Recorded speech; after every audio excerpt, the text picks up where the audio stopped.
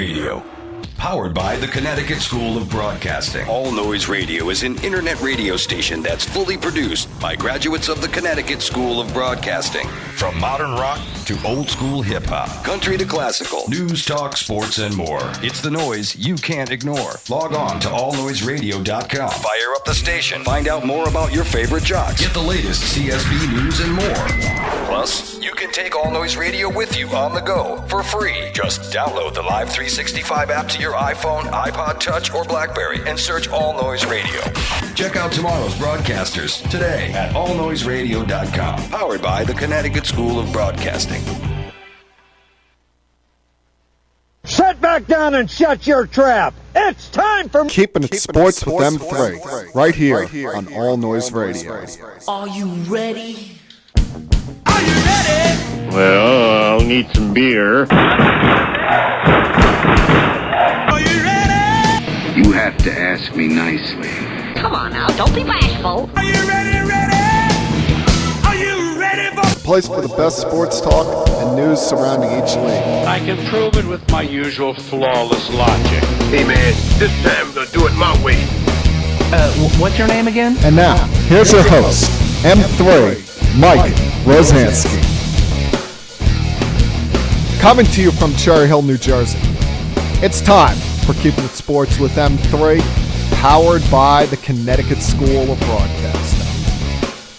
Good afternoon, everyone. Hope everything's going well for you here on this Monday, the 20th day of January, Martin Luther King Day. Remember to take some time to step back and remember and celebrate the life of a great man. A man who really did make change happen here in America, did make America great, unlike some. And a man whose life ultimately was ended because of his beliefs and his effect on this country, his message toward this country of helping lead change and a battle for change that, as I said, ultimately led to his death. And, the way you could celebrate that life is not just, remembering him, remembering not just what he stood for, but, just living your life to the fullest, living your life realizing that every day is precious, not every day is guaranteed, as we have come to see, as we've come to see it in all walks of life, whether you live the life of glitz and glam, whether you live the life of just, your everyday average person like myself, always live that life to its fullest. Now, this is a sports podcast. We will have plenty of sports throughout this. And there's a lot to get to throughout this next hour and 10 minutes or so here. Give you some thoughts on both conference title games yesterday. The Hall of Fame announcement coming up in baseball tomorrow. Give you my thoughts on the Hall of Fame ballot, on who I would vote for, as well as some people that kind of ticked me off over the last week or so. But, of course, today I have to start with what kind of came down as breaking news last week as I was just getting going here. And has been, even in a week where we had the two conference title games, you had the NCAA, the national championship in college football. You had so much going on across the sports landscape in the NFL, NBA, NHL, whatnot, that still baseball in its offseason was the number one talking point, was the number one topic across all platforms. When last week at around this time, Rob Manfred finally came out with the decision on punishments for the Houston Astros.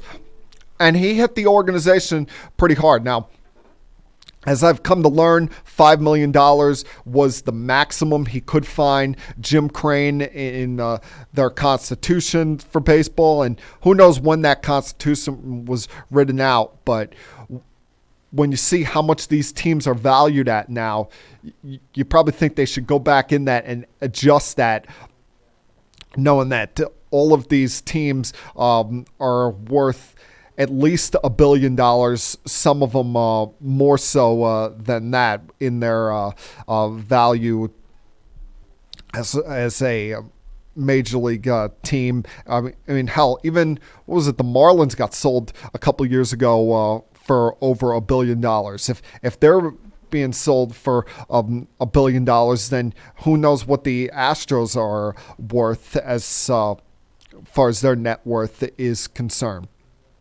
But, he came down hard on A.J. Hinch, came down hard on Jeff Luhnow, both whom were fired during this podcast last week. Both, I guess I don't feel bad for either one of them because Luhnow was kind of an asshole. And A.J. Hinch, well, he's well regarded around the league. He kind of lied to all of our faces. I mean, the interviews out there from prior to Game 4 of the ALCS last year against the Yankees, where he laughed it off, getting asked about whistling coming from their dugout, and he almost looked down his nose at everybody. He knew this was going on. He didn't try to stop it. It was a lack of institutional control, and quite frankly, he got what he deserved in the end, losing his job. Now, he'll get another chance. He'll get another opportunity to manage, but it's going to take a while. He's going to have to clean up his image. Now, the problem that most people had, like myself, is that the players were not punished here. And the players, were some of the biggest instigators in all of this. They were directly involved in this. Well, problem there you have is there would have been litigation between baseball and the players union for months, maybe even years to come on this. And at a time when baseball and the union haven't been seeing eye to eye on a lot of things, and they're still trying to work out a new CBA, which is coming up in 2 years. Guess Manfred figured that he had to play nice with them, though he did mention one player in the 9-page report that he came out with, announcing the punishments, announcing suspensions, fines, and whatnot. And that player is now retired in Carlos Beltran. And once, you saw the announcements for the Astros moves, once you saw Luhnow and Hinch get fired, you knew it was a matter of time that the two masterminds of this whole thing, Alex Cora and Carlos Beltran, only a matter of time until both of these guys were going down and going to get their just due. Late Tuesday night, it was announced the Red Sox parted ways mutually with Alex Cora. That's a nice way of saying he got fired. There's no, with how big he was part of the Astros sign stealing scandal and the fact that baseball's investigating them for their own issues, and he was the manager for that a year after they got caught with the Apple Watches, that they couldn't bring him back. Even with as successful as he's been in his first 2 years, winning a World Series title in his rookie campaign as manager, you knew there was no way in hell that the Houston Astros, the Boston Red Sox, could bring him back. And now they're on the lookout for their next manager, and we'll see whether they go with Chaim Bloom being a young first-time general manager up there. We'll see if they go with an experienced guy or a young guy who's more in line with the analytics-driven view that Chaim Bloom is.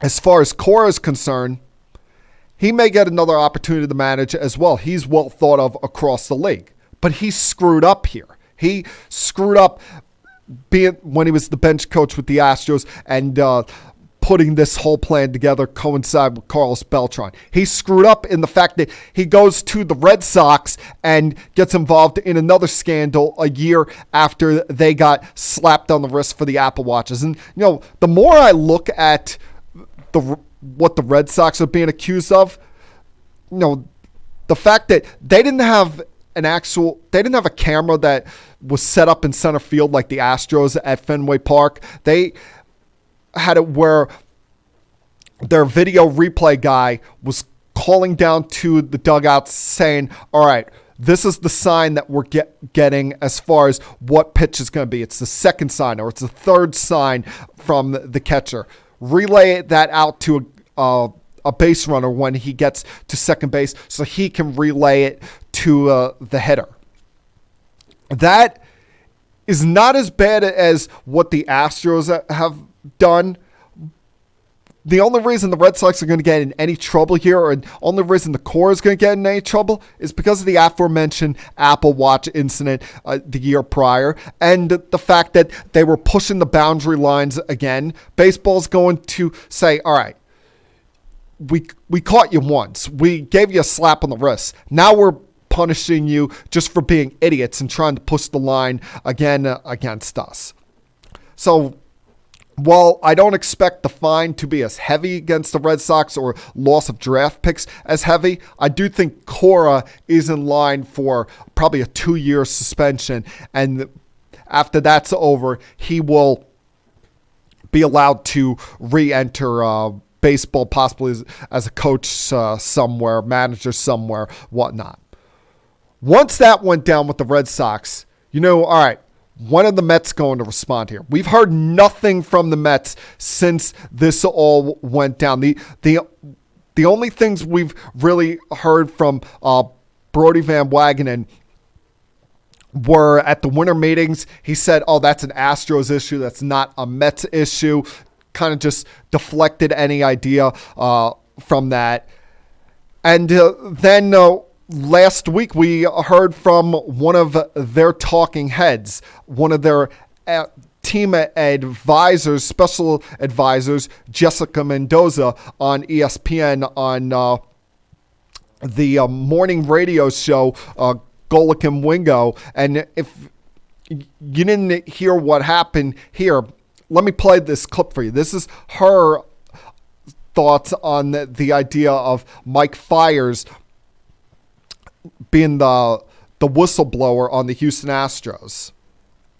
Do you have a problem with Mike Fiers leaving the Astros, going to another team, and then going public with this? Going public, yeah. I mean, I get it. If you're with the Oakland A's and you're on another team, I mean, heck yeah, you better be telling your teammates, look, hey, heads up, if you hear some noises when you're pitching, like this is what's going on, for sure.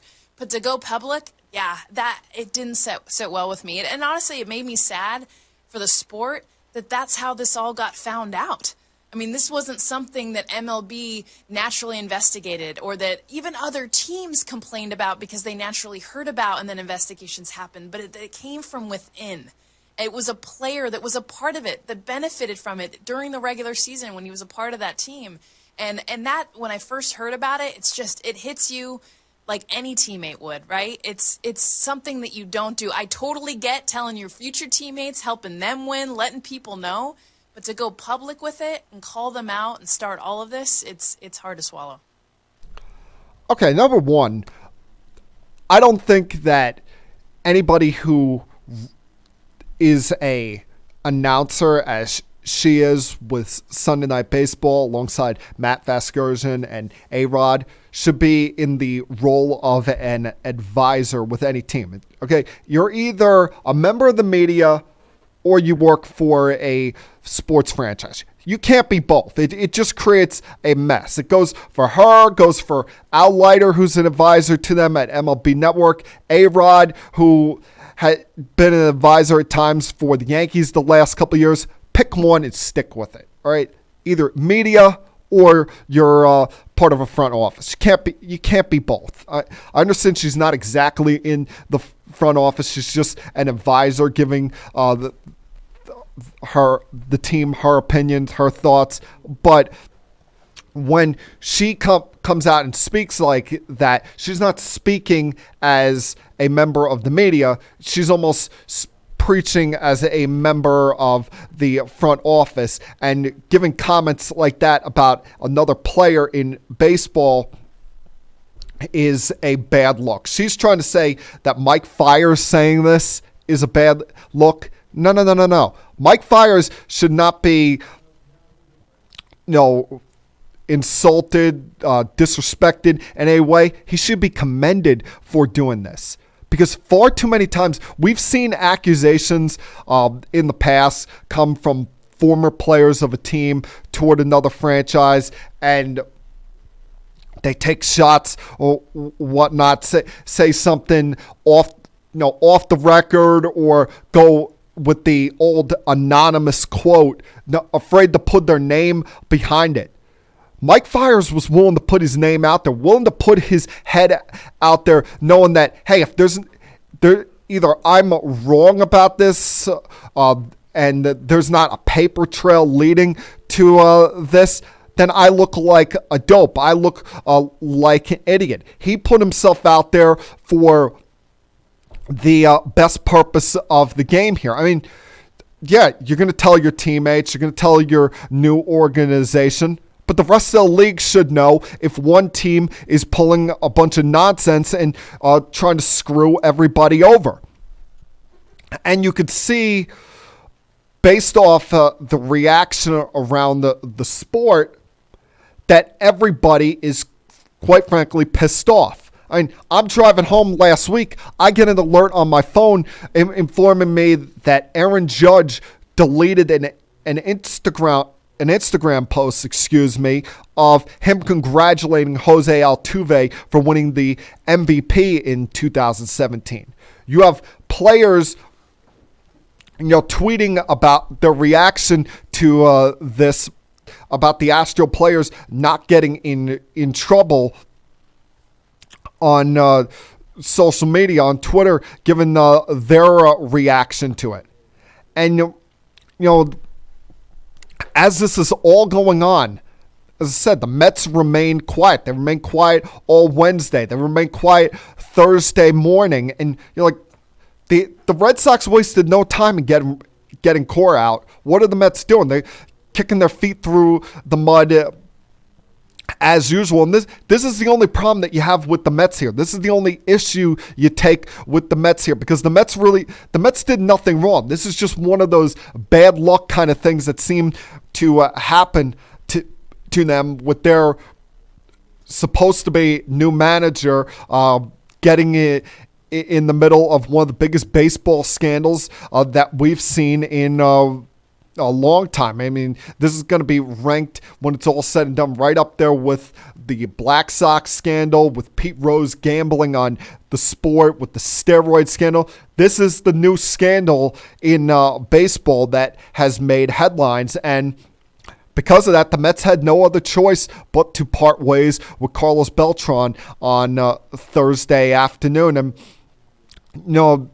as I said, they kicked their feet through the mud for 2 days, but they finally came out and did something about it. Sounds like Carlos didn't want to step down as manager, but the Mets really gave him no other choice. I'm sure there's some kind of deal that was worked out there where he's going to get something from the organization, because he hadn't even technically started his contract yet.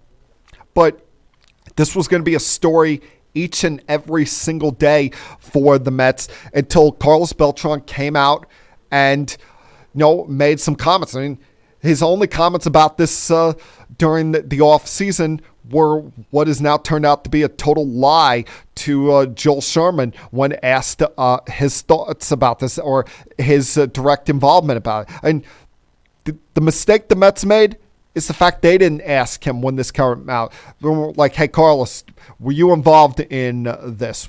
Did you do anything in this?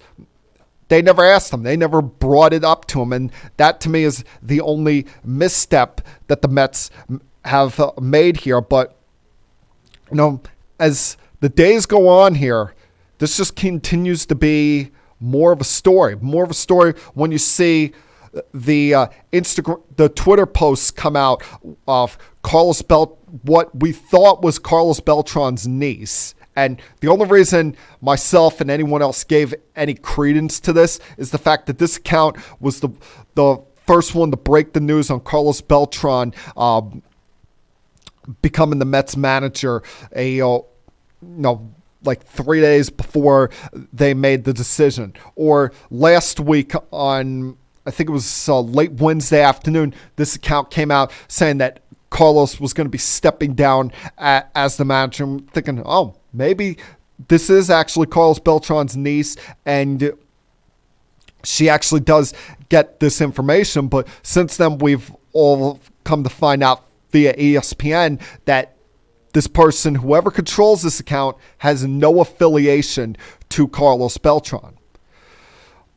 But this person, whoever this is, has brought some things to the light of day, has brought some interesting thoughts to the light of day with the accusation now that the Houston Astros might have been cheating in another way in the form of electronics beyond just the sign stealing with the cameras and whatnot, that some of their players might have been wearing electronical devices that were giving them a buzz based on the pitch count, letting them know if a breaking pitch or an off-speed pitch was coming, and they would get a buzz, get an alert to let them know that. And there's no clearer sign of this potentially happening than if you look back to Game 6 of the ALCS from this past year.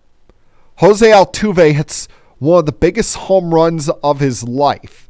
The walk-off home run against Aroldis Chapman on what was a bad pitch location by Chapman. As I've said many times before, I had no problem with it being a slider. It just shouldn't have been a cookie like that at the top of the zone. But you would think you hit one of the biggest home runs of your life, a walk-off home run that not just wins the game, but wins the series and sends your team back to the World Series for the second time in 3 years. You're jumping up and down in exuberance, all excited, all happy. And what are the first words out of Altuve's mouth? As he's running down the third baseline toward home, he's yelling to his teammates, "Don't rip off my jersey. Don't rip off my jersey." You're seeing him clinch the top of his jersey around the collar. And then, while his teammates are celebrating on the field, everybody's putting the ALCS champion hats on, the T-shirts on. You see him with the hat and T-shirt run down the dugout steps, run down the clubhouse steps as fast as he can, and reemerge a couple minutes later without his jersey on, but with the championship celebration T-shirt and hat on. And his excuse is, "Oh, I'm shy. My wife doesn't like me ripping my shirt off." Please, go on the guy's Instagram page. He's got a couple of shirtless pictures on there. You're going to tell me that you're not doing it because your wife told you not to and because you're shy? Come on. And let's face it. They didn't rip his jersey off because some of them probably knew that he might have something on. I mean, you have accusations against him, Bregman, other stars on that team. And the embarrassing part here for the Astros, as this is all going down, even more embarrassing, we haven't, up until Saturday when they had a fan fest in Houston, we haven't heard from any of these guys. We haven't heard any comments from any of them.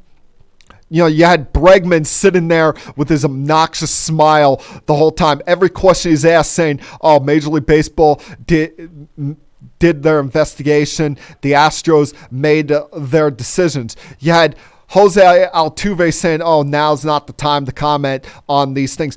Yeah, now is the time to comment on these things. Because guess what, boys? All of baseball hates your guts right now.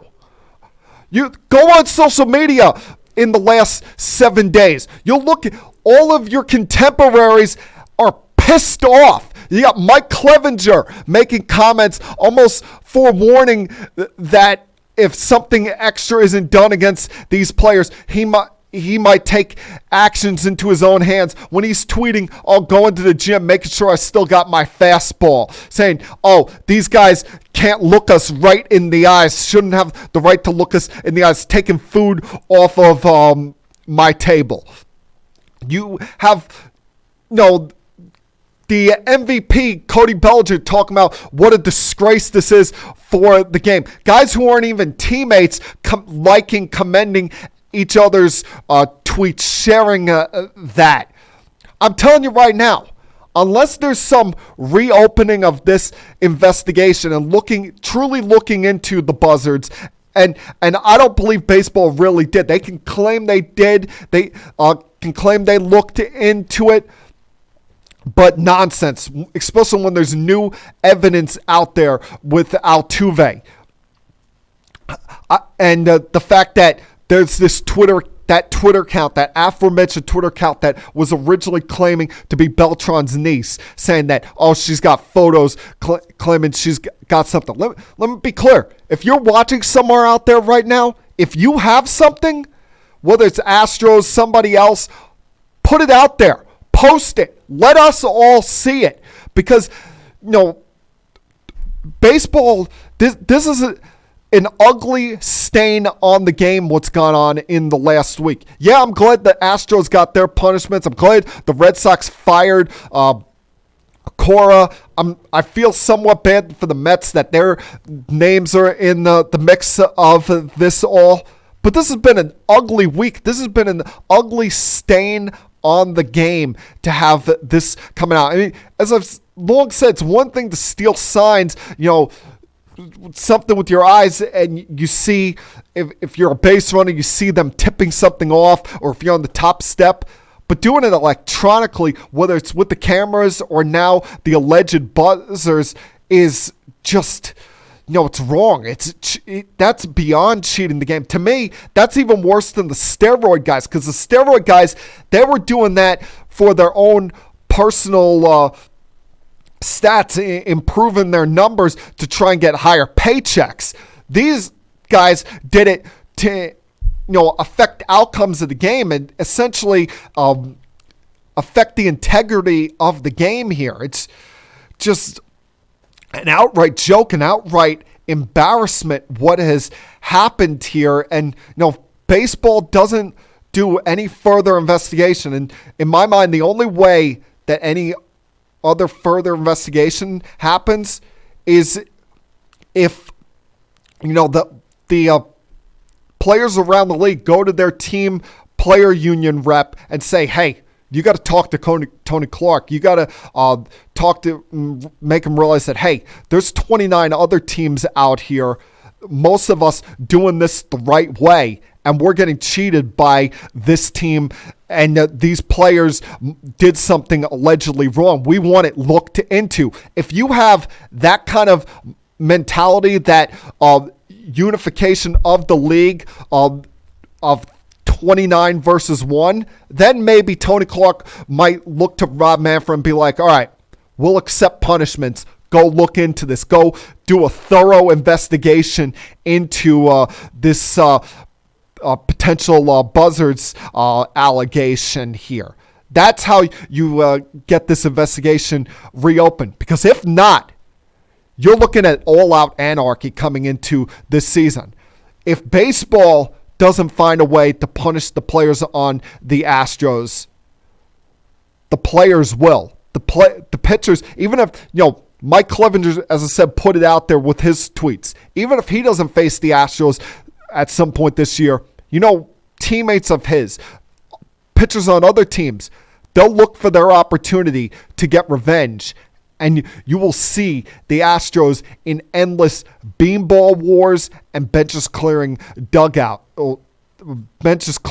wars throughout the season, unless baseball really comes down hard on these players, because so far they're getting away scotch-free.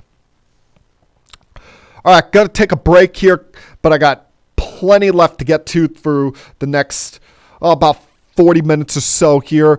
Give some thoughts on the two conference championship games coming up, as well as I talked about before, the Hall of Fame ballot. I'll get to some thoughts on that over the course of this hour.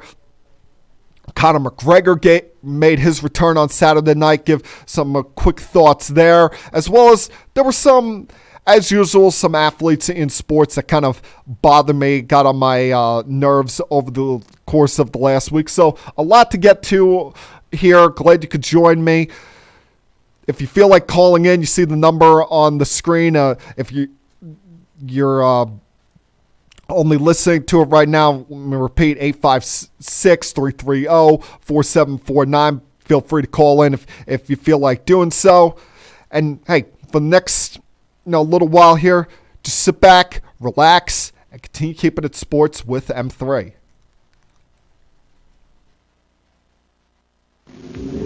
I'll be back.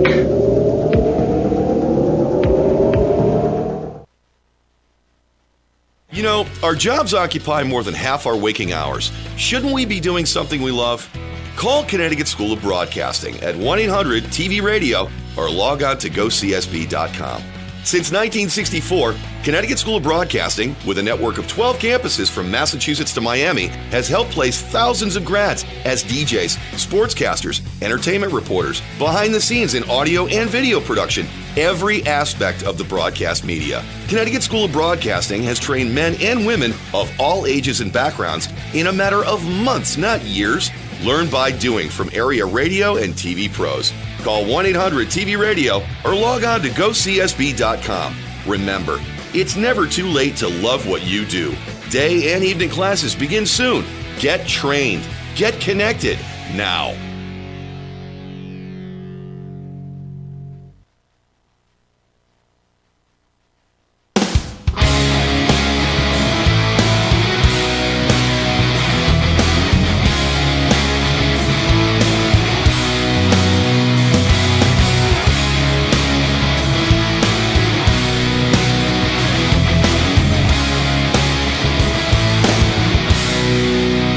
Welcome back to Keeping It Sports with M3. I hope you all enjoyed your weekend. Kind of an extended weekend with the holiday being today. But a very enjoyable weekend for yours truly, as I got to go to Radio City Music Hall on Saturday night to see a stand-up of the Impractical Jokers. A very funny, very entertaining night there at Radio City Music Hall. Was able to get there without any negative effects from the what was it, like an inch of snow we got on Saturday that everyone was all paranoid about. But hey, great kickoff to the weekend, preparing for Championship Sunday, a Championship Sunday that I was very much looking forward to, hoping for two great games here, and unfortunately we did not get that. Now, early on in the first game, in the AFC Championship game, looked like you were going to have some drama here. Looked like you were going to have a very entertaining game here, because for a second week in a row, the Chiefs are dealing with an early deficit. I mean, Titans came out strong, 10-0 lead early on. You see Tannehill take a deep shot to A.J. Brown, set up the field goal in the first drive. They force a 3-and-out against the Chiefs and are able to drive down the field for the Derrick Henry touchdown. A drive that, hey, they caught a little bit of luck here with Brashad Breeland not catching the interception on second down at around midfield. Thinking, oh, wow, after this drive, second week in a row, the Chiefs are trailing early on. Maybe the Titans, this could be their day. Being a team that likes to play from ahead, they'll try and wind down the clock with Derrick Henry and steal this game on the road. But just like last week, the Chiefs got going finally. I mean, they didn't wait until they were down 24-0. I mean, 10-0 for them. Pat Mahomes was Patrick Mahomes, was probably raised his eyebrow like 10-0. That's nothing. I dealt with worse than that last week. And they started to get going here in the later stages of the first quarter, thanks to their ground game, surprisingly. And Mahomes taking some shots through the air. It had the big play to Hill that set up them on a 1st and goal situation in which they ran the jet sweep for Hill's touchdown. And you look at that drive. That drive was kind of like a sign of what was to come for the game on two fronts.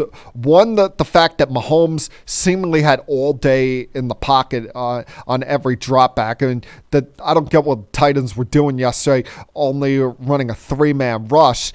And the other was the fact that even though when it seemed like a defender was coming for him, his ability to move around and make a play out of nothing, move around long enough for one of his guys to get open downfield, and that would go to be the story here for the Chiefs. And for the Titans played as well as you could possibly in the first half of this game.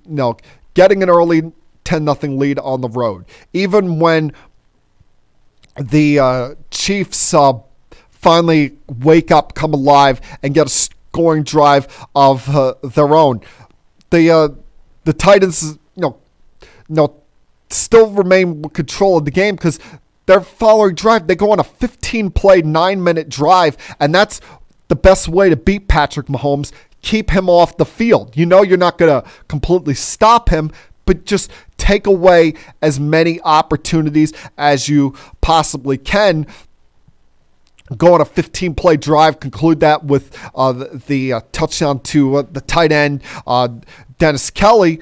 And as a Titan fan, you're still feeling pretty good. You're up 10-0 here. Even after giving up the touchdown the following drive, in which the Chiefs struck very quickly on, you're saying, all right, we got a 3-0 lead before halftime. We're still somewhat in control of this game. Our team has played pretty well in the final 2 minutes of these halves all year long. So what bad could happen? What bad could happen is the fact that the Chiefs come down the field on you and score a touchdown in the final 20 seconds of the first half, ending that little streak you were on of going all year with no touchdowns and just 2 field goals in the final 2 minutes of the first half. And it was, all set up by first the throw downfield to Kelsey by Mahomes, and then Mahomes showing how incredible he is, how elusive he is, with the fact that, all right, he's got 2 timeouts here. He's got nothing downfield. He's going to just take off, run for it, run out of bounds. No, still got 2 timeouts, still enough time to make a play out of something here. And he, running down the left sideline, avoids probably would have to be 5, maybe 6 defenders, somehow remains in bounds, gets it in for go-ahead score right before half. And, I don't like to ever want a team to go for a dirty shot or take someone out, but that was an opportunity there for the Titans because he was a runner at this point, and he wasn't looking to give himself up. That was an opportunity for the Titans to, enforce a big hit, a big shot on Patrick Mahomes and feeling it going into halftime. Big problem there is, they gave them momentum that the Chiefs never look back on. A momentum that they carried into the second half, mostly the fourth quarter, because this was kind of a 3-and-out fest for both sides in the fourth. But more toward the end of the third quarter, the Chiefs converted a couple of third downs, 3rd and shorts, to continue that long 7-minute drive concluded by Damian Williams' touchdown that once it got to 28-17, you started realizing that this wasn't going to be the Titans' day. And part of the reason was, as I mentioned before, the defense only running a 3-man rush there, never adjusting to that, never... I can't remember one blitz all day from the Titans' defense. And the fact that they got away from Derrick Henry. And listen, the Chiefs made it known in the first half, all right, Derrick Henry's not beating us today. It's going to have to be Ryan Tannehill. But it almost felt like in the second half, it was too much Ryan Tannehill. It was too much of, let's show what Ryan Tannehill can do here with how many times he threw it. I mean, you look, Derrick Henry did, after the 9-minute mark of the third quarter, didn't run the football again. Did not have another carry. That was the last of his 19 carries on the day. It was still a one-score game there in the third quarter. And, you got to keep feeding the beast there. You got to keep feeding him the ball, because at some point that's going to wear the Chiefs' defense down. That's going to break a hole open for him to take advantage of. And I mentioned before, you're chewing up clock. You're taking more time away from Patrick Mahomes. You're keeping him on the sideline. And I've always felt the longer you keep someone on the sidelines, the better chance you're killing their momentum. You're getting them maybe a little bit rusty, getting them a little bit out of whack there. And instead, they tried to turn this into a Ryan Tannehill kind of game. And, statistically, he was all right. It wasn't nothing to really write home about. Early stages of the fourth quarter, they were put out of their misery by the 60-yard dagger to Sammy Watkins that essentially put this game away. Once they couldn't stop them on a 3rd and 6, even when after scoring on the following drive with the touchdown to the Manalapan, New Jersey product, Anthony Fursker, they made a boneheaded mistake on the following drive with Tremaine Brock's pass interference penalty against Tyreek Hill. And we're never able to play the game they wanted to play, which was dominate on the ground, not have Tannehill make any mistakes, and their defense play strong and smart. And their defensive game plan wasn't smart yesterday, and Mike Vrabel wasn't smart getting away from Derrick Henry so quickly. And now the Titans, what was a kind of Cinderella run for them, ends, unfortunately for them and their fan base. And the Chiefs, get back to a Super Bowl for the first time in 50 years. And, Jim Nantz really pissed me off with this, because he has the gall to go, the Chiefs going back to the Super Bowl, ending the longest streak of in between 2 Super Bowl appearances in NFL history. I'm like, no, it's not. My team was in Super Bowl 3, won Super Bowl 3, and haven't been back since. So how was that the longest time in between a team having 2 Super Bowl appearances? My team's still waiting for that second Super Bowl appearance, Jim Nantz. But I'm going to remain calm here and be congratulatory toward the Kansas City Chiefs, because, Andy Reid, this was finally the time for him to get to the Super Bowl. It was almost a now or never situation. It's been, 15 years since he was at his first one with the Eagles. He had everything go right for him with the Patriots, which was always his kryptonite, getting eliminated by the Titans in Week 1. The Titans knocking off the Baltimore Ravens, allowing them a home game for the AFC Championship game. And now they're able to stop this, what was seemingly unstoppable force in Derrick Henry, and finally go back to a Super Bowl in which they will now be seeing the San Francisco 49ers after their beatdown of the Green Bay Packers last night. And let's face it, this was a beatdown. I don't care if it was a 14-point game at one point in the fourth quarter. Rodgers and the Packers got their ass handed to them. This entire Packers team had their manhood questioned with how easily Raheem Mostert ran down the field on them all night. Sometimes on these 4 touchdowns, he ran into the end zone untouched, unscathed. I wouldn't be surprised if they didn't wash his jersey after the game with how easily he was getting in. And this 3-drive stretch for the Packers in the second quarter was, to me, what decided the game. Because it's still only a 10-point game here. It's still 10-0, about midway through the second quarter. And that's where I thought Aaron Rodgers really cost them this game last night. You got a 3rd and 15 at your own 14-yard line, thinking, all right, let's just move the ball, give a little more room for our punter.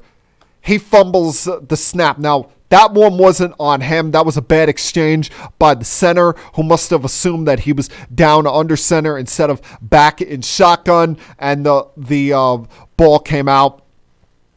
You add to that with a bad punt by Scott right after it, and it gave the Niners great field position for Mostert's second of 3 touchdowns on the night. Then on the next Packers possession, Rodgers fumbles the ball, doesn't jump on it again. You have DeForest Buckner recover it, give the Niners great field position. They had to, though, settle for a field goal on this drive and go up, what was it at the time, 20-0. With a minute to go before halftime, Rodgers throws an interception to Emmanuel Mosley, and saying, the Niners, with where they got the ball here, right in the red zone, no way they're not scoring. And lo and behold, Mostert finishes what was an amazing first half for him, running for $160, 3 touchdowns, and at 27-0 there at halftime, said, ball game, end of story here. Even though the Packers scored on their first drive of the second half, with the way this defense is humming, the fact that they are dominating with their ground game, even with losing Tevin Coleman in the first quarter, you got Mostert, running up and down the field as a man possessed, showing the 7 teams that have cut him over the course of the career of his journeyman career, saying, hey, you guys all made a mistake. Look what I can do in the big moment. You have Deebo Samuel as a dual threat here, dominating on the ground and with plays through the air, giving them extra chunk yardage on plays. And even when the Packers, they score on 3 of their first 4 drives of the second half, even getting it within 14, you never thought that they truly had a shot here. Even when Richard Sherman got burnt on the 65-yard play by Devontae Adams to get it in good field position for Jay Sternberg's touchdown. There was never really that feel with the way that the Niners were able to run the ball down their throats all night. The fact that Jimmy Garoppolo was essentially a bystander for this game, only threw the football 8 times, probably didn't even need to take a shower after the game. And the fact that Rodgers was just sloppy with the football last night. All the ingredients leading to the 49ers have being 1 win away from completing what was a remarkable season for them. Because think about it, this team won 4 games last year. Now I know, Garoppolo missed a lot of time with the torn ACL, but to come back with Garoppolo, come back with all the additions that they made on this defense through the draft and free agency, the sign and trade for D4, drafting Bosa, Sherman and what he's brought to this team and how he's been able to come back after the Achilles tear that he had a couple of years ago. And for Kyle Shanahan to deal with all of these parts being put together, making a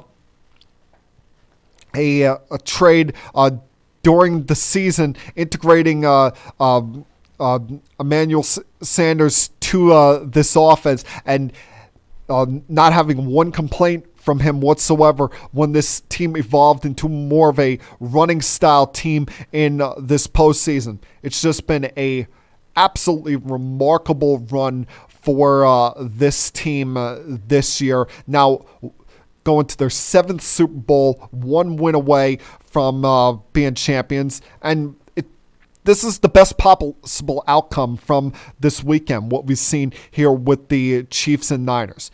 Andy Reid going to his 2nd Super Bowl. Mahomes being the 5th youngest quarterback to reach a Super Bowl, trying to become the 3rd quarterback to win a Super Bowl before age 25, would join Brady and Roethlisberger.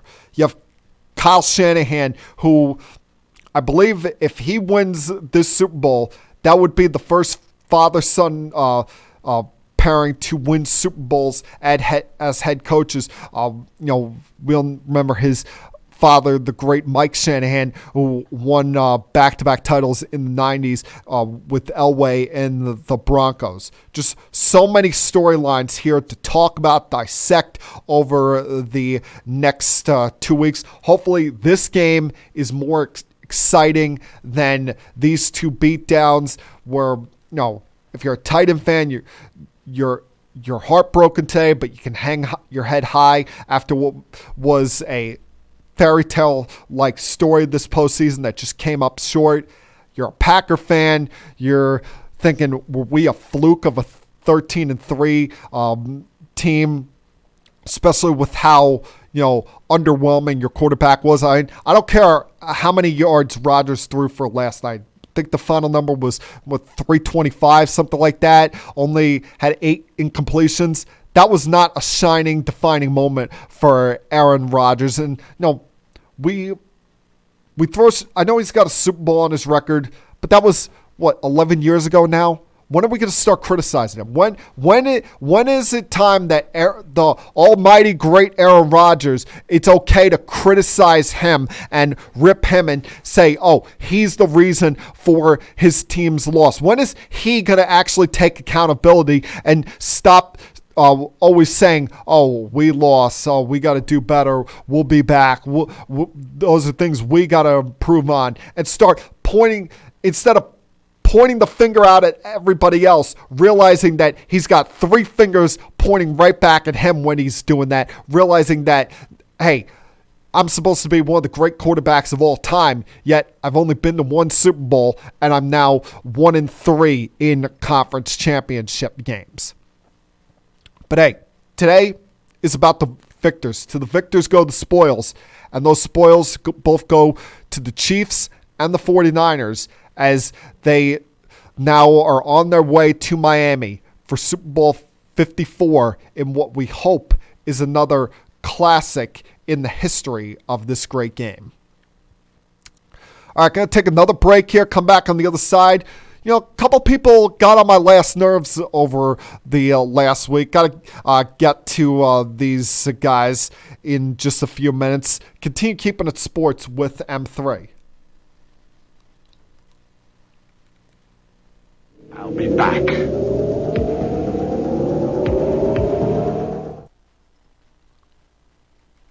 It's been 48 years Connecticut School of Broadcasting has helped place thousands of people, just like you, in exciting careers in radio, television, and the new media. At Connecticut School of Broadcasting, our hands-on approach is different.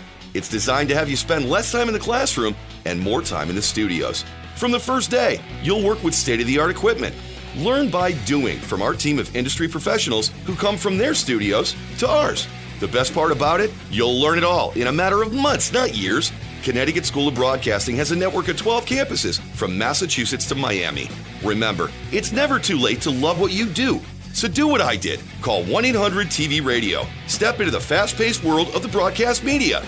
Day and evening classes begin soon. Connecticut School of Broadcasting. Get trained and get connected now. Call 1-800-TV-RADIO or log on to gocsb.com.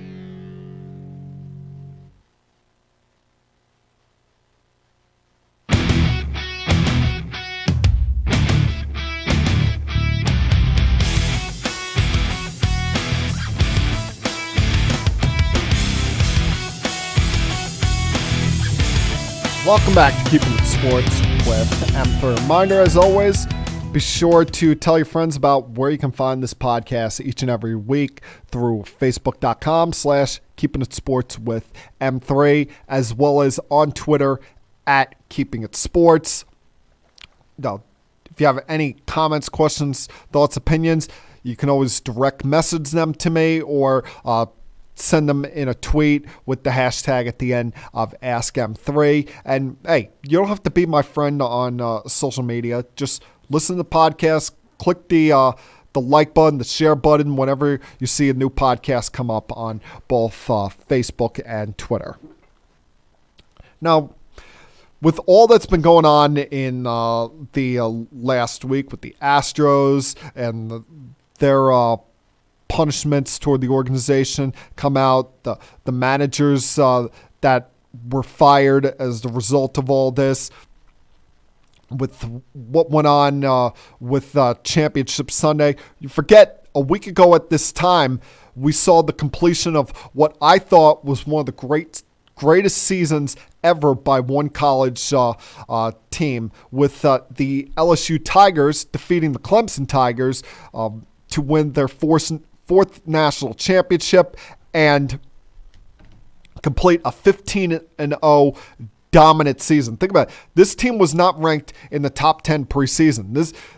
This team went out there over the course of the year, defeated 7 teams that were preseason top 10, the 4 teams that were in the top 10, and then you include what they did on awards night, cleaning up with Burrows winning the Heisman, winning the Maxwell for best quarterback. You have Jamar Chase winning the award for best wide receiver, so on and so forth. Ed Orgeron, coach of the year, all around just winning SEC championship in blowing out Georgia, beat Alabama in Alabama, destroyed Oklahoma in the semifinals before overcoming an early deficit and blowing out the Clemson Tigers, given the first loss of the college career to Trevor Lawrence.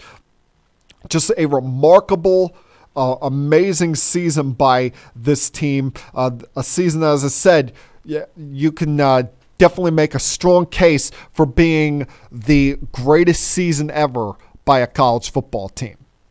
But unfortunately, that's not the number one story coming from that night. Unfortunately, someone decided to make the night about themselves. Someone who's not even technically part of the program anymore, is only an alum, was only supposed to be there as a fan, but you continue to see why Odell Beckham is nothing more than an ass. I mean, his antics all night were embarrassing. The fact that he's going up into the area where you have the marching band, trying to play one of their instruments, trying to get them to play a rap song up there before having to be escorted back down to field level by security. Or how about his post-game antics, where he's handing out real money to players on the field, something that you're not supposed to do that. You cannot...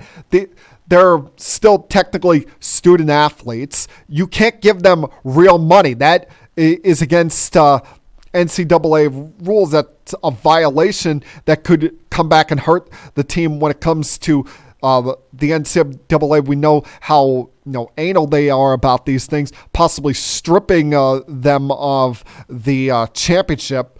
Thank God that it doesn't sound like they're going to do that, because LSU was the first ones to report this to both the NCAA and the SEC. But then his antics in the locker room, which I still don't understand why he was allowed back there. He comes in, he's all loud while Ed Ogeron's trying to give his post-game speech, congratulate the team, and he comes in there trying to make the scene all about himself, yelling, interrupting, screaming it.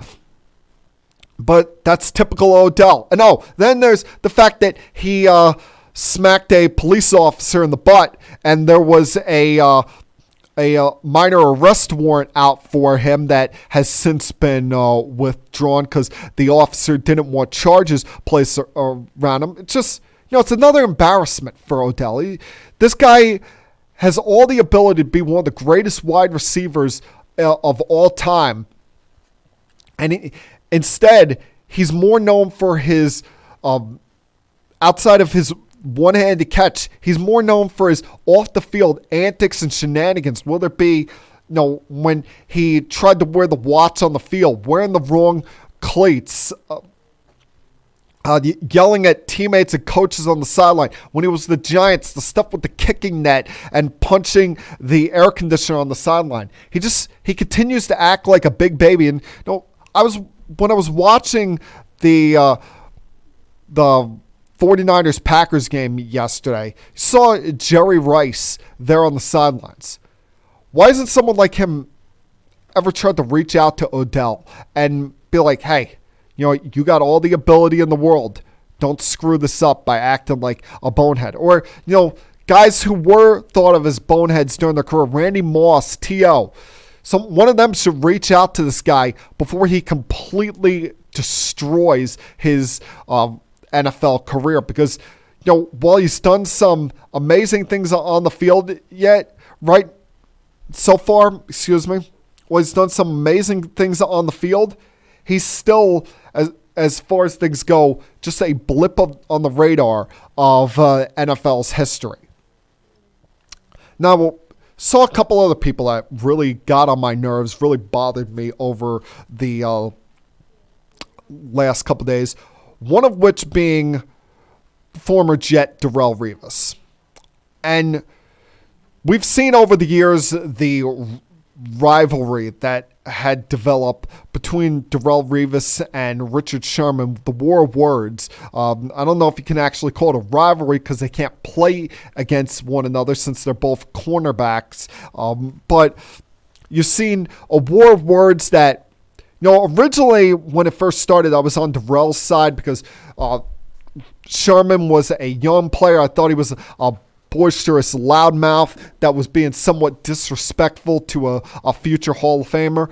But over the years, Sherman has backed up all his talk. It's come across as less obnoxious and more, you're aware of the fact that how well-spoken this guy is, how highly educated he is, how thoughtful he is about all of his comments. He doesn't just randomly shoot stuff out there, and is willing to speak on things that are that might make some people uncomfortable, which you appreciate from an athlete. But what we saw from Darrelle Revis yesterday, I was quite frankly embarrassed for him. I was shaking my head because during the game, I go on Twitter, I see Darrell's trending, and like, what's going on? Why is Darrelle Revis trending? And he decides to post a picture of when Richard Sherman got burnt on the 65-yard play by Devonta Adams as Adams is catching the ball, and writes this comment, I quote, "Fear of getting beat in man-to-man coverage. Every snap, every play. The fact that he doesn't travel as a corner is lame. Accept the challenge as the best and shut Adams down the entire game. Do it for the game of football. Stop hiding in cover 3 zone." Now, first off, as Sherman would then go to respond, and he would, because even though he didn't directly attach his Twitter handle to it, you knew Sherman was going to see this on Twitter. He first corrects him in saying it's accept, not accept. Then he goes to respond, "I would go in on this, has been, but I have a Super Bowl to prepare for. Enjoy the view from the couch. Your 9th year looked a lot different than this. LMAO. Rivas responds, my 9th year, I led the entire league in turnovers, 5 interceptions, 4 fumbles. Enjoy the Super Bowl. Strap up because this game you will have to cover.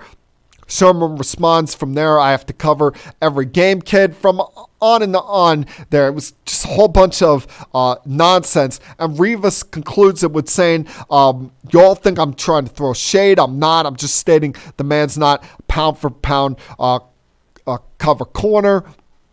No, it's okay to be a different type of player.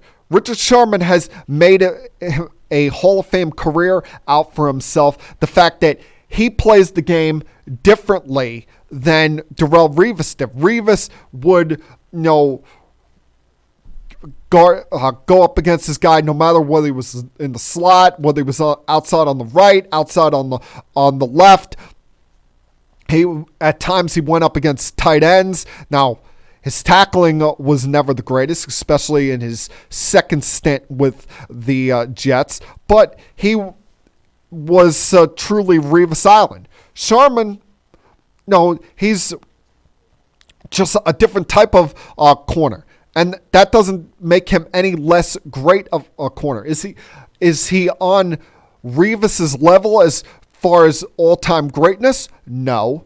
But he has been able to age better than Darrelle Revis. Because, let's face it, Darrelle Revis was shot at the end of his time with the Jets and came back with the Chiefs and was just a jag, just a guy in that final year in 2017. As I said, normally I have sided with Revis in the past, but this just came across as a look at me kind of situation that was very much undeserved. I mean, Richard Sherman has been one of the leaders of this Niners defense this year. At times a little bit too over the top about it, with saying that every starter on this team should be in the Pro Bowl. I don't know if I agree with that, but he's evolved his game, has been able to age well, going now to his 3rd Super Bowl, and there was really no reason for Darrelle to throw that kind of shade out at him. I mean, I'll say this about Darrelle Revis. I always respected the way he played the game. On the field, he gave it his all, was a dominant corner with the Jets in the first part of his career, and helped to lead the Patriots to the Super Bowl 4 or 5 years ago, whatever it was. He also played the game well off the field. The fact that he always maximized his value, and I'll never get on him for that either. Get the most money you can, because you never know how long your career is truly going to last. But yesterday was one of the few days where he just had me shaking my head and saying, why, Darrelle? Why? And there was one more person that really got on my nerves over this last week. I'm trying to think, who could that be? Who could be that person that really bugged the crap out of me? Let me see. Was it this guy? I mean, it's transparent. It's just out there. It's glaring in terms of the pieces that we need in order for us to be at that next level. And I'm going to continue to reiterate it. We're going to do the best with the guys that we have within our locker room now. And, we worry about all the other stuff in terms of moving pieces and everything else as an organization down the line in the summer. And, it's just something that we signed up for. We knew what we were coming into in the beginning of the season. Guys are going down left and right for us. GT's out. DJ, got hurt tonight. Wilson's just coming back, and then we have complimentary, young guys as well that have done a great job for the last 3 years. So collectively, I feel like we have great pieces, but obviously it's pretty glaring that we need, one more piece or 2 more pieces that will complement myself, KD, DJ, GT, Spence, Karras, and we'll see how that evolves. The unmitigated goal of one Mr. Kyrie Irving. Who the hell do you think you are? First off, no one ever refers to their teammates as complimentary pieces. That's number one. Number two, you start listing off all of the players currently on your team, and you leave out Joe Harris and Jared Allen, who have been a big part of this team's success last year and this year, while you spent 26 games on your ass on the bench because, oh, my shoulder's hurting. Yeah.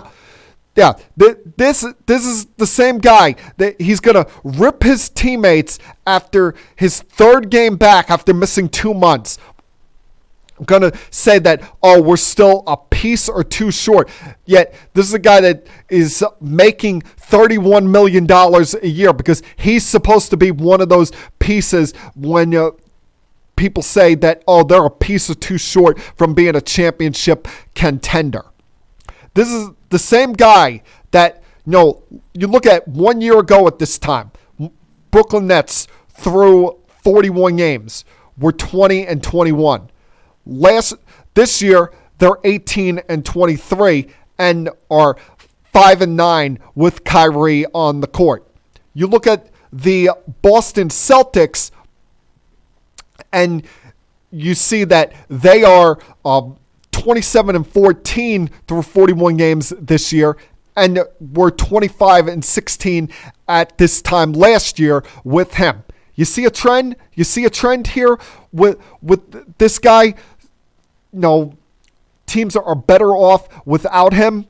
And he had a chance to clear up his comments the other day, but I thought he just made himself look even worse when he said this. I always say it's an entertainment league. We're very drama filled. Everything regurgitates on all these media platforms, which is part of our society. I can't really do anything about it, except really be, a pillar in our locker room, be very communicative, and when I'm out there with the guys, just impact winning. That's really what it comes down to. It's not like I'm a asshole yelling at everybody in the freaking locker room all the time, and you hear all these stories. At the end of the day, my name, it was given to me by my grandfather. I'm very grateful, but it's in a lot of people's mouths all the time, and it is what it is. I've earned that respect in terms of how great I am as a player, and there's still more goals I want to accomplish in this league, and I can't do it without improving an organization and winning a championship, and that's what it comes down to. So I'm going to continue to push. I'm going to continue to demand greatness out of myself and demand greatness out of my teammates, and we go from there. If it's harsh as a leader or it's too much for anybody, you're not in our locker room, stay the fuck out.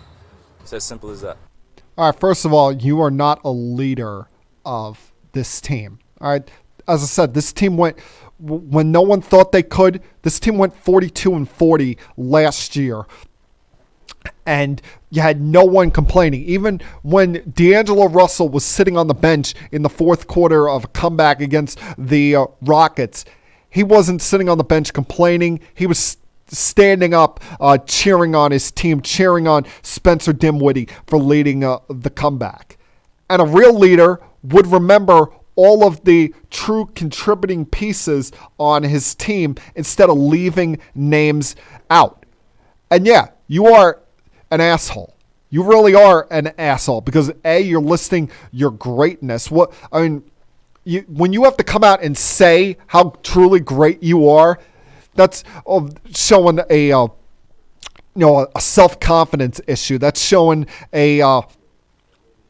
what's the term I'm thinking about here? I'll probably think about it when I'm done recording this. But he in no way is a leader. A leader, doesn't come out and say, we're a piece or two short, and is already planning for next year. That piece, everyone acknowledges you're not truly a championship contender this year because that main piece is not here, and Kevin Durant.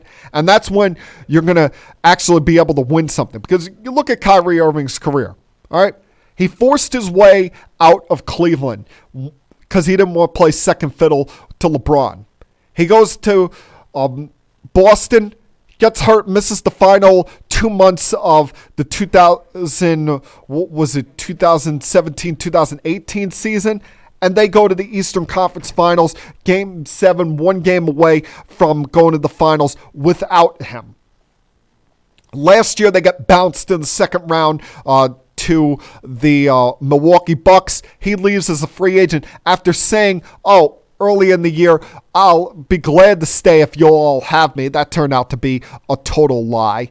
And now he's here in Brooklyn, where, let's face it, the only reason he's here is not because of him, not because of his past play style. It's because Kevin Durant wanted him here. Kevin Durant was not going to go somewhere without his good buddy to be his sidekick. And that's all you're going to ever be, is his sidekick. You're not his equal. You're not on a level playing field with him.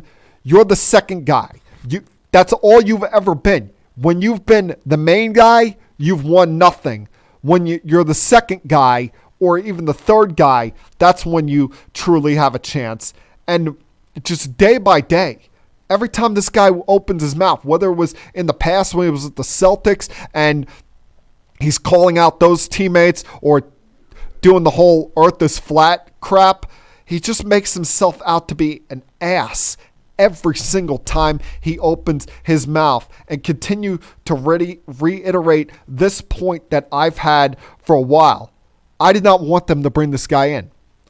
If there was a way to get Durant with keeping D'Angelo Russell, I was all for that, because this guy isn't a true winner. This guy isn't a true leader. He's a me guy that just wants to have his voice heard.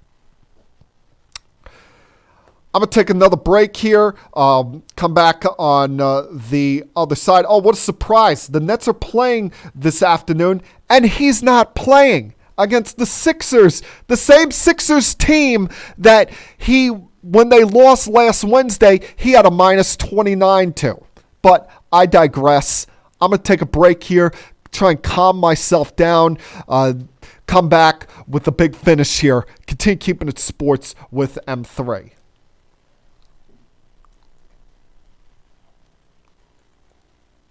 I'll be back.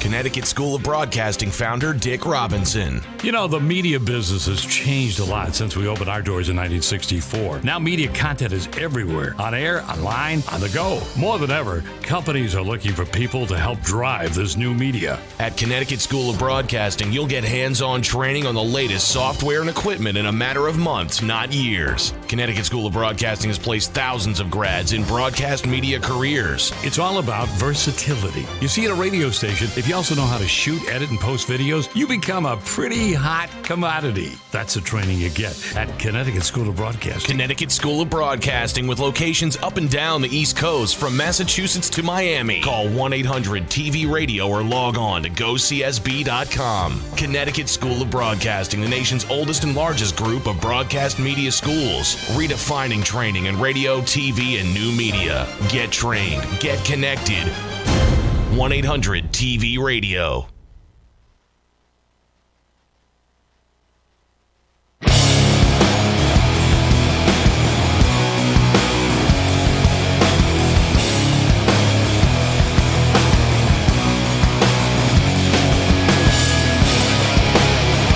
All right, we're running long here, but a couple more minutes left here on Keeping Sports with M3. A few more things I wanted to get to. Big shout out to Conor McGregor. His return to the octagon on Saturday was a resounding success in knocking out Cowboy Donald Cerrone.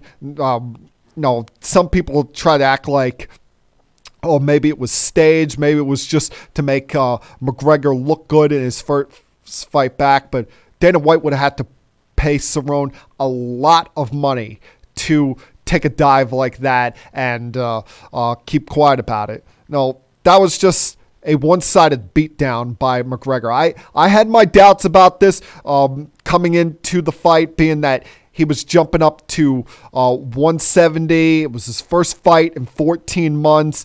How was he going to react? He only fought at 170 twice prior in his career. But he came out there with a mission, took no prisoners, and got what you wouldn't realize this watching. It was his first win since November 2016. He hadn't won a fight in over 3 years. Back when he knocked out Eddie Alvarez in MSG in 2016 at UFC 205. That was the last time he won a fight because he had personal issues he had to deal with. You had the loss to Habib at UFC 229, in which he lost by submission 14 months ago. In between there, you had that nonsensical boxing fight that he got involved with. He also had some personal changes in his life with becoming a father. So there's been a lot going on here in this 3-year stretch since his last victory. Now the question is, what's next for McGregor? Because after the fight, he was calling out everybody. He was calling out people by name. And, there's several places you could go. Could you have a rematch with Habib? Maybe this time it's a little more respectful between the two of them, and he's not taunting Habib leading up to the fight, because I think that added a little bit of extra rage to him with all the stuff that happened outside the octagon, all the stuff that happened leading up to it.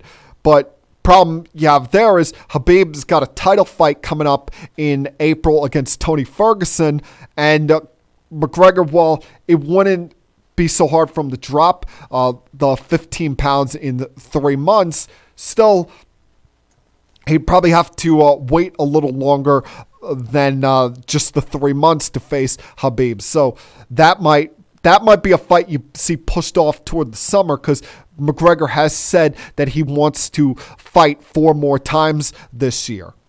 Could you see a trilogy with Nate Diaz? Hey, they're both at the 170 weight limit. They're 1-1 against each other. You want to have that tiebreaker at some point. Nate Diaz wants it. I think the fans want it because the first 2 were pretty good. Maybe there's that. Or could there be the fight, what would be a big money fight against Jorge Masvidal, who is coming off a remarkable 2019, including his most recent fight when he knocked out Nate Diaz in the fight to determine the BMF title back in November.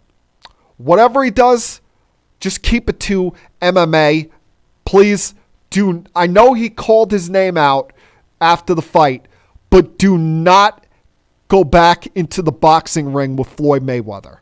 That was an embarrassment. That was a waste of everyone's time and money. And I know it would draw big money again, but we don't need to see this. We don't need to see what is an all-time great MMA fighter step into a world he's not used to against one of the greatest boxers of all time and waste, hours of our life. And what I say hours is because that fight didn't go on until midnight, and we're all sitting around watching the pre-fight coverage at like 9 o'clock at night.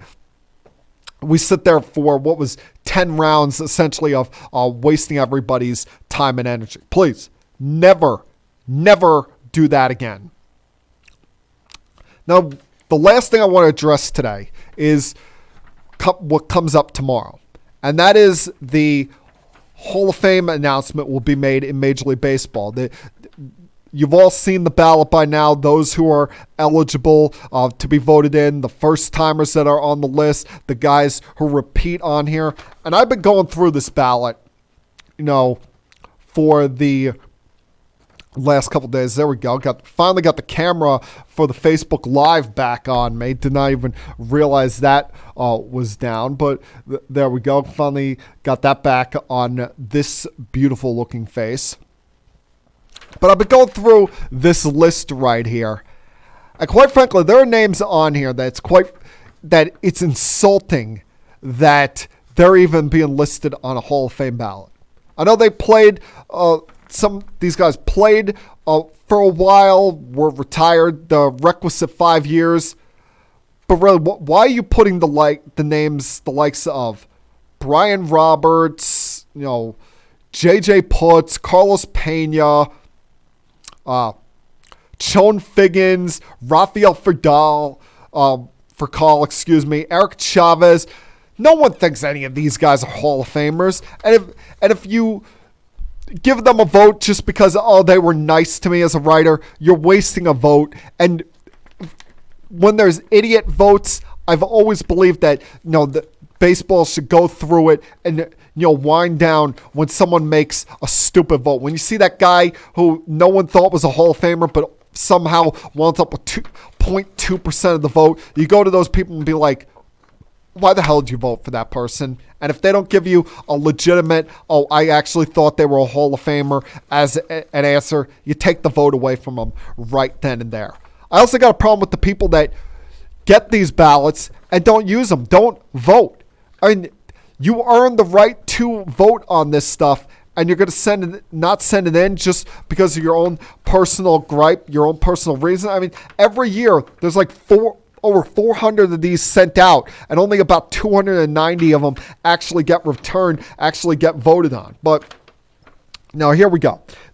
I've been looking at this. I've been looking at, obviously there's the easy one right here. You could check this name off right here, right now. Derek Sanderson Jeter will be going into the Hall of Fame. It will be announced sometime after 6 o'clock tomorrow evening. All Yankee fans everywhere can celebrate, commence your parties, and we sit and wait, see if he got a unanimous, and then we go on Twitter and we insult those who did not vote for him, because that's how irrational fans act. But when it comes to the rest of this, and quite frankly, I don't think any of the rest of these guys are going to go in. I actually think that Derek Jeter will be the only player voted in tomorrow. But if I had a ballot, here's how I would vote. Number one, I'm probably the leader of this guy's fan club by now as far as voting this guy into the Hall of Fame. Jeff Kent. Most home runs, most RBIs by a second baseman, most 100 RBI seasons by a second baseman. His defense, while he wasn't a big Gold Glove caliber guy, it wasn't like he was a total stiff out there at second base. And those who watch the Giants, those who cover the Giants, will tell you that he was the best player the year they went to the World Series in 2002, and he never once cost them games because of his defense. This is one of the great offensive second basemen of all time, and it's ridiculous how not only he keeps getting passed up, but that he's only getting like 30% of the vote, if that. I mean, did he kill someone? Did he do something illegal? Something that I'm forgetting from his past that's not making him a Hall of Famer? Someone explain this to me. You also have, and this is another guy who's not getting any Hall of Fame love or enough Hall of Fame love, and I can personally understand it because off the field this guy's a jackass, but Curt Schilling's a Hall of Famer. I know two wrongs don't make a right, and Mike Messina, you can have back and forth arguments on whether he should be in the Hall of Fame or not. But if Mike Messina's in, Curt Schilling definitely deserves to be in. 216 lifetime victories, was great in the postseason. I believe it was 11-2 with a 2.23 ERA. Won 3 World Series titles, was a leading factor behind that with 2 different organizations, with the Diamondbacks in 01 and the Red Sox in 04 and 07, was just a money pitcher, was as good as they come, had an incredible strikeouts to walk ratio over the course of his career, and we know why he's not going in. It's because of the fact that his off the field nonsense, was always given his political opinions, the trash he's talked toward the writers, some of the insulting, insinuatory comments he's made at times. But that shouldn't take away the fact that this guy's a Hall of Famer. He got 61% last year. He's not going to jump up to 75% this year. We'll probably go in next year. But I would definitely vote for Curt Schilling. I'd also vote for Gary Sheffield. Hey, we're putting everybody in who has 500 home runs. And as far as I know, Gary Sheffield didn't fail a test. It was not on that list with A-Rod, Manny Ramirez, David Ortiz, Sammy Sosa. I don't think he was on the Mitchell report, if memory serves me correct. And hey, next year they're just going to waltz David Ortiz in, and we know his steroid background. And Gary Sheffield was as feared a right-handed slugger as there was when I was growing up. How is he not getting more consideration for the Hall of Fame? He should be in. Billy Wagner, I definitely would vote for him. I know his career wasn't as long as some of the other closers that are in Cooperstown, but hey, I know two wrongs don't make a right. But if Trevor Hoffman's in, Billy Wagner should be in. He didn't pitch as long as Trevor Hoffman, but go look at their numbers outside of the saves. Save percentage is about the same, and every other number is in Wagner's favor. Lowest ERA by a left-handed pitcher in history. He's got the best strikeouts per 9 by a left-hander in the last 100 years. This guy was a dominant relief pitcher over the course of his career. He was awful in the postseason, but postseason shouldn't be the only measuring stick. He was a great all-star reliever through the course of his career and should be getting more credit than he has been shown. And then there's the touchy subject, as always, of Bonds and Clemens. And I feel like I go back and forth on these two guys. So I guess this is the year that I would probably vote for both of them. Because unlike McGwire and Sosa, both who I thought were total creations of steroids, at one point these guys were great players. At one point they were two of the best players of all time in their craft before they decided to cheat the game, cheat the integrity of the game just to enhance their stats. In Bonds' case, because he was pissed off over the fact that he was the best player in the league still in 1998, yet all of the attention was on McGwire and Sosa, who on their best day weren't half the players that he was when they were clean. And then there was Clemens, who did it just to extend his career, because we all know he was shot when he left Boston after the 95 season, and all of a sudden he goes to Toronto and has a second lease on life, has another 10, 12 years of his career added on there in his late 30s. And like, how the hell did this happen? How is he back to throwing upper 90s again? So, yeah. Well, I can't condone what they did, anything they did after 1996, 97, any of that. These two guys were all-time greats. They were legitimately all-time greats. Didn't have to do it. And so this year, they would probably get my vote to go to Cooperstown. But in all likelihood, tomorrow, it will be a one-man show. Derek Jeter will be going in, and that's how his career was pretty much in its entirety. A storybook that if you sent that story to Hollywood in a script, they would say, get the hell out of here with this. None of this is believable. But he's going to continue to make it believable tomorrow when he is the one and the only one voted into Cooperstown this coming summer. And that, my friends, is Keeping Sports with M3 from Monday, January 20th, 2020. Everyone have a great rest of your night. Enjoy the rest of your week. And I'll be back here same time next week. Peace.